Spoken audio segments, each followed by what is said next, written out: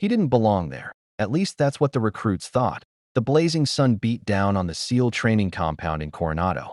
Sand stuck to sweat-soaked uniforms. Young men grunted through grueling push-ups and crawled across scorching asphalt, their bodies trembling, minds screaming. And there he Saturday, a quiet old man, alone on the edge of the field. His shirt was neatly tucked into faded khakis.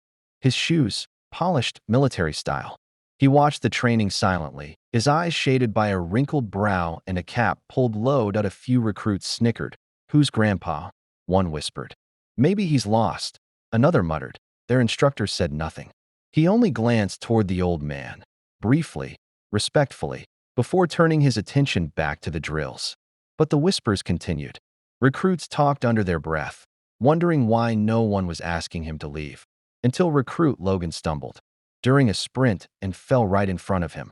And in that moment, everything changed. Logan looked up. At first, he only saw worn hands reaching toward him, hands that had known calluses in combat. But then his eyes caught something else. A tattoo, faded but unmistakable, a black trident with wings. The original insignia of SEAL Team 1. Logan's breath caught. He stood up slowly, saluted without a word. The other recruits laughed until they followed Logan's gaze. And then, silence, because every SEAL knew what that tattoo meant. Only the first generation carried it. Only the men who had gone in when it was nearly suicide. The old man didn't speak. He didn't need to. His silence said everything. His name was Commander John Hawk Barrett. He had jumped from planes into pitch-black jungles in Vietnam. He had led men into enemy territory without the promise of return. Twice he'd been presumed dead.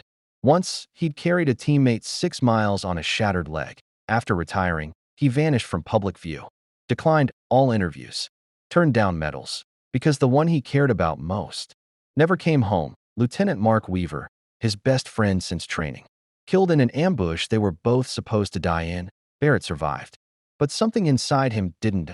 So every year on Mark's birthday, he came back to the training field, sat in silence, watched the next generation earn the right to wear what so few ever could.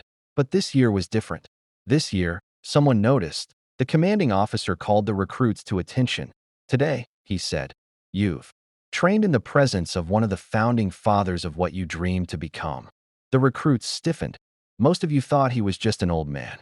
You didn't see the war in his bones. You didn't notice the way he walks, quiet, steady, like a man who's carried lives in his hands. He turned to Barrett. "Sir, would you do us the honor?" Barrett nodded, rose slowly, and limped forward, his injuries still visible after all these years. But his back was straight, his gaze was sharp, and when he stood before them, not one recruit dared to speak. Then he did. Just once. "You don't earn this by yelling," he said, pointing to the insignia over his heart. "You earn it by never quitting and by never forgetting the ones who did."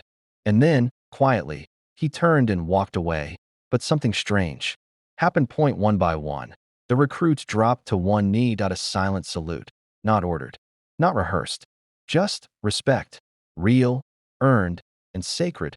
Later that week, the training compound's main building was renamed the John Barrett Hall of Valor. The plaque was placed near the field where he sat. It didn't list his medals. It didn't mention the battles. It said only, "To the quiet ones, the ones who never asked to be seen, but left a mark no one can forget. You don't earn it by yelling. You earn it by never quitting, and by never forgetting the ones who did."